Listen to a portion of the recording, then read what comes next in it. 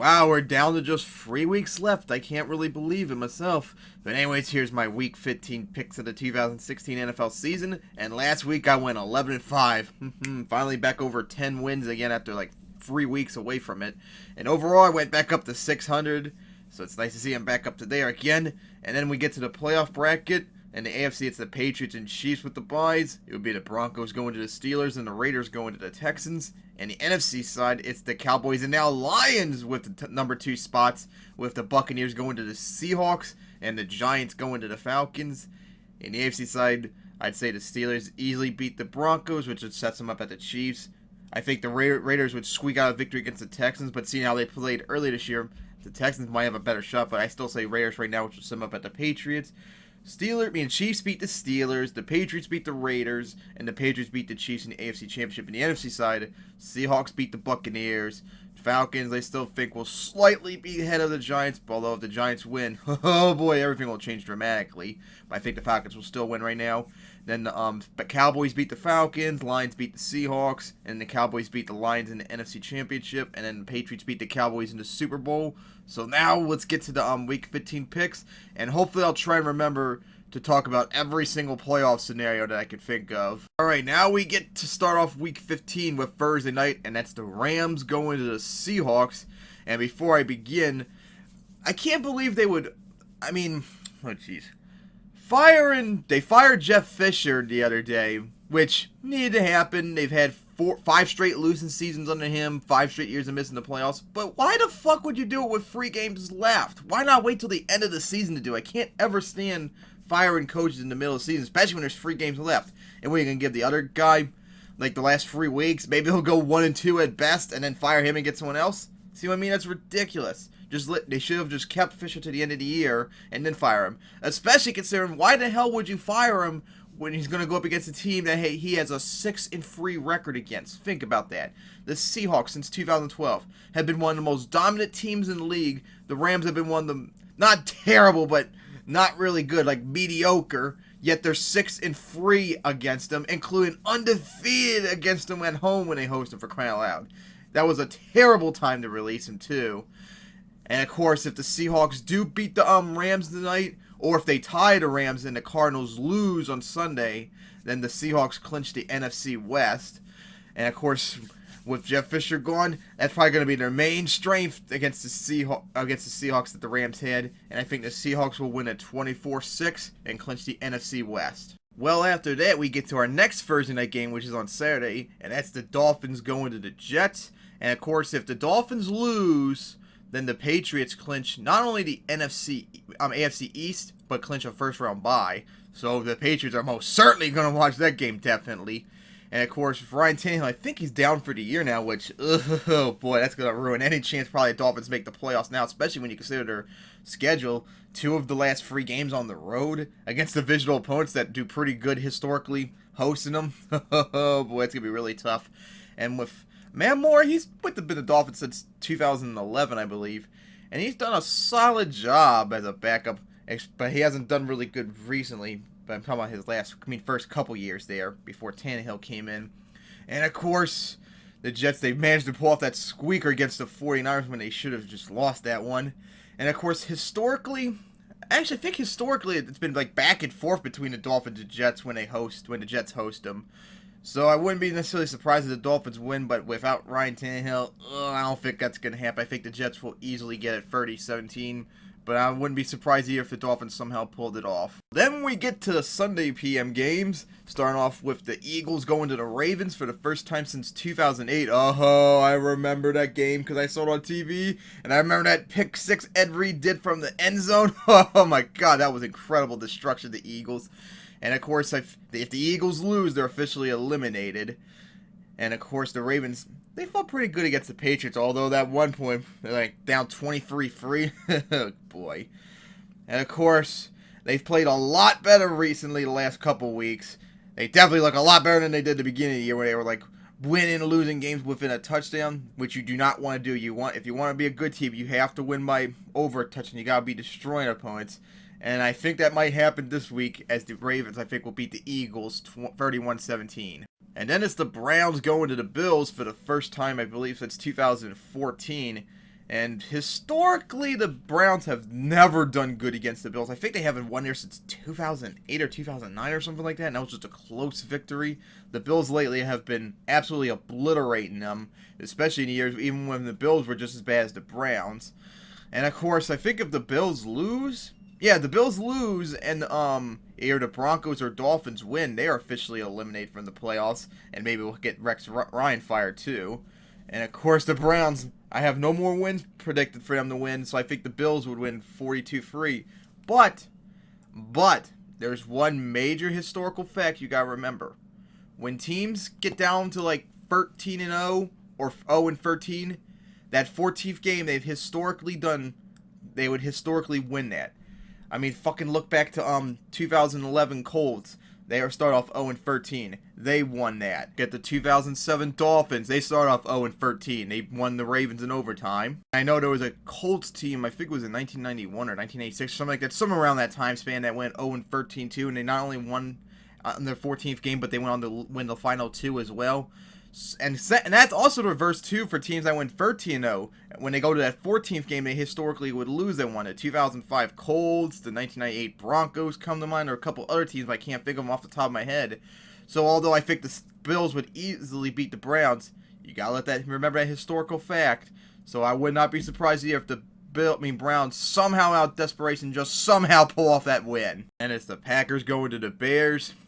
And of course, I didn't say this yet, but if the Packers and Vikings lose and the Lions beat the Giants, the Lions will clinch the NFC North, and oh boy, I think all the worst case scenarios are going to be for the Lions this week are going to happen, and it's going to start with the Packers easily beating the Bears 34-13. It was the original Sunday night game before it was flexed out, which sucks too because I might not be able to see it now because I really wanted to see it because it was the actual rematch, and that's the Steelers going to the Bengals, that first game in Cincinnati since the disastrous playoff game. I would have loved to see that now, but now I probably can't. And of course, if the Bengals lose, I think they're 5-7-1 now, so if they lose or the Broncos and Dolphins win, they are officially eliminated. So, of course, historically, the Steelers, when they go to the Bengals, they've actually done a pretty good job when they've gone to the Bengals. Matter of fact, since 2012, they're 3-1, I believe. And they've done pretty good embarrassments, too, with the Bengals, just like last year's playoff game. And, of course, the Bengals, although they've won, I think, 2 in a row now in pretty good fashion, I don't think they're going to be able to recover from this one, because that loss was such a demoralizing loss. And now they got to finally host a team that started that demoralizing loss trend. I think the Steelers will easily win it 27-17. But since it's the Bengals, we know how inconsistent they are. They might pull it off. And also consider the fact that the Steelers are also inconsistent against teams they should be able to easily beat. And then it's the Jaguars going to the Texans. Oh boy. I don't really know what else to say except Texans win 21-13, but I wouldn't be surprised if the Jaguars somehow pull it off. And then it's the Titans going to the Chiefs for the first time since 2014. Remember that? Week 1, the Titans embarrassed the Chiefs, only to go 1-14 the rest of the season. What a terrible loss that was for the Chiefs. And I think if the Chiefs win and the if the Chiefs win and the Broncos and Dolphins lose and the Chiefs clinch a playoff spot, they might even clinch a playoff spot even if they just win. I'm not quite sure about that because they did beat the Broncos once, but they got to play them later this year. They don't have a tiebreak, I don't think, against the Dolphins. So the Titans need to win this one to have a shot in the playoffs, and I think they will win it 27-13. And, of course, I wouldn't be surprised if the Titans somehow pull it off because they've been a pretty solid, consistent team this entire season so far. And it's the Colts going to the Vikings for the first time since 2008. And, of course, like I said earlier, if Packers and Vikings lose and the Lions win, they clinch the NFC North. And, of course, I don't think that's going to happen at all this week. I think the worst-case scenario is going to happen for the Lions, as I think the Vikings would win 30-23. And, of course, oh boy, you can't ever, even though the Colts have been pretty terrible, they somehow manage to pull it off on some games, so I wouldn't be surprised either if they somehow pull it off against the Vikings, but Andrew Luck's been inconsistent. Did he throw like 3 interceptions or something like that last week against the Texans? Ugh, that's terrible! And of course, that Vikings defense is much, much better than the Texans so far this season. So maybe he'll play even worse. Well, I guess we'll have to wait and see. But I think the Vikings will win it. When we get to the game I've mentioned like two times already this video, and that's the Lions going to the Giants for the first time since 2010. And like I said already numerous times, I'm sure you're all getting annoyed by it. The Lions can win the NFC North if they win and the Packers and Vikings lose. And I'm not sure, but I think the Giants might be able to clinch a playoff spot too if they win. And the Buccaneers and the Redskins lose too, I believe. I might have to look that up. But it would at least get closer if they win. And of course the Lions, yeah, they're 9-4. I think they have one of the longest winning streaks in the league right now since the Cowboys lost. I might have to look that up. Maybe the Patriots are right up there along with the Chiefs, and the Buccaneers too. And of course, yeah, that team has been really, really concerning me. I think they've won like their last 3 games within a touchdown or something like that. I mean, they barely beat a Bears team that they're most certainly better than. Oh my god. I mean, how could you allow that to happen when you're most obviously a superior team to them? I'll never understand that. And of course, they got to go to a Giants team that's most certainly better than the Bears. And the Lions have historically struggled against when they've gone to them. Jeez. The last time the Giants beat the last time the Lions beat the Giants in the Meadowlands was 2000. And remember that was the game Jim Fossil used. This team's gonna make the playoffs, and they went on to make the Super Bowl that year. So of course the Lions historically are not good against the Giants when they're at them, and are inconsistent. Same goes for Giants too, but I trust them a little bit better lately the last couple weeks. So I think the Giants will win at 31-13. Then we get to the Sunday 4 p.m. game, starting with the Saints going to the Cardinals. And Drew Brees, he's thrown, 6 picks and no touchdowns the last 2 weeks? Oh, that's terrible for a future Hall of Famer. My God. And then he's got to go to the Cardinals that fucking have the that secondary, that really good secondary. Man, that's going to be really terrible for him, especially since they did a really good job against him last year. I think the Cardinals would win at 27-16. I think that would knock the Saints officially out of the playoffs. Yeah, it would have knocked them out of the playoffs. And of course, remember though, if the Cardinals lose, then the Seahawks officially clinch the NFC West, but we'll find out definitely later tonight if that will happen. Then it's the 49ers going to the Falcons for the first time since 2010, I believe? Although they met there in 2012 for that conference championship, remember? And of course, historically, the 49ers have done a very good job against the Falcons the last bunch of years. All their games, I believe, have been very close. Even that 2010 game where the Falcons went 13-3 that year. Remember the 49ers started off 0-5? I think their last loss that year was before that the end that streak was against the Falcons, where they almost pulled it off too. It was quite impressive. But of course, the teams are much different now. The 49ers are dog shit unless they're home. And of course, this is not at home at all.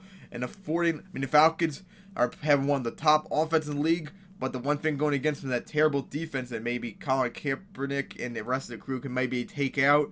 But I don't think that's going to happen, as the Falcons, I think, will win 46-10. And it's the Patriots going to the Broncos for the first time since last year. Remember that incredible Sunday night game last year, and then the AFC Championship that the Broncos won both games close. Remember though, the Patriots actually had their number. Well, not in that AFC Championship game, but the regular season game, they had their number in that game too. Remember, up 20-7 or something like that, and the Broncos managed to come back, tie it up, and win it in overtime. And of course, like I said earlier, if the Dolphins lose to the Jets on Saturday, and the Patriots clinch the AFC East and a first round bye, and if they win and the Raiders and Chiefs lose, the Patriots might have one home field advantage. Or if that does happen, they win and the Chiefs and Raiders lose, then they most certainly will be one game away from clinching it. And I think that will happen. I think they will beat the Broncos 27-24. Although, seeing how the Broncos have played these last 2 games, I wouldn't be surprised if the Broncos win it. But the Patriots are definitely much better, and they're in a much better position than they were last year. And although the Broncos are slightly better, I just don't see them beating them. Although I wouldn't be surprised either. And then it's the Raiders going to the Chargers, and oh boy, when I looked up, when I was making my picks, I read a story about the both the Raiders and Chargers still not having their stadium deals. Oh, I feel bad for them if they lose. If their cities lose them. The Raiders need to stay in Oakland. The Chargers need to stay in San Diego. They need to take that $100 million offer the NFL gave them each for their stadiums and just fork a shit ton of money into making a new stadiums, and maybe the cities would be much more likely to take it. And of course, I think if the Raiders beat the Chargers and the Broncos and Dolphins lose, then the Raiders will clinch their first playoff appearance since 2002. That will end their tie with the Browns for the second longest playoff drought in the league. But of course, although they actually did a really good job destroying the Chargers last year when they went to them, historically the Chargers have done very good against the Raiders. So I think that will happen. I think the Chargers offense will easily dismantle that really not good Raiders secondary. And of course, it'll probably be an offensive shootout, but I think the Chargers will somehow pull it off 34-31, but I wouldn't be surprised either if the Raiders somehow did it. Then we get to the Sunday night game that was flexed in. That's the Buccaneers going to the Cowboys. Now, if the Buccaneers can't clinch a playoff spot this week, but remember, if the Cowboys win and the Giants lose, they clinch the NFC East and a first-round bye. And if they win, the Giants lose. Actually, no, because if they do win NFC East, they still that means the Giants would have to lose. The Lions would be 10-4, so no, the Cowboys will not clinch home field advantage. But if they do win and the Giants lose to the Lions, then that Monday night game could be matter to whoever wins home field advantage. That's gonna be really interesting to see, because I think that game wasn't gonna have any meaning whatsoever. But of course, the Cowboys historically have done a very good job against the Buccaneers when they host them. I don't think the Buccaneers have won. They won there in 2008, but that was mainly because the Cowboys were just so banged up with injuries. I think Romo was out for that game. So, of course, the Buccaneers, with that really good defense still at that time, was able to manage to win out in a squeaker. And, of course, although the Buccaneers have a really solid offense, their defense has definitely been playing a lot better this last couple weeks. I don't think it's going to be enough to handle the Cowboys. And the Cowboys, I think, would win 31-14. And depending on what happens with the Giants, they would clinch a first NFC East and first round bye if the Giants lose. And of course, there's also an interesting fact: the Cowboys this week, because the game Buccaneers game was flexed to Sunday night. I think this is the first time ever that not only has a team played on a primetime game 3 nights in a row, but since they got to host the Lions on Monday night next week, they might be the first team ever to play 4 straight primetime games. That is unbelievable and completely ridiculous. We get to the Monday night game that, when I first saw the schedule, I didn't think was going to mean anything, but now it's going to mean a little bit of something, since Josh Norman, of course, I'm sure, had this all marked up on his calendar, and that's the Panthers going to the Redskins. And of course, if the Panthers lose, they're officially eliminated from the playoffs. And they might have even already been eliminated from the playoffs too, depending on what happens to the Buccaneers and Falcons as well, if they win. Of course, the last time the Panthers went to the Redskins, that was 2012, and they actually did win that one. But of course, they've been dog shit this year. Their secondary's been terrible, and watch Kirk Cousins probably wreck that shit up. And of course, Cam Newton himself has been really not good this year. And Josh Norman's going to want a lot of revenge for the Panthers releasing him. So he's probably going to have one of his best games this year, or at least try to have his best games this year. And I think the Redskins would pull it off 27-17 to get their first win season, and first back-to-back win season since 1991-1992, and officially knock the Panthers out of the playoffs.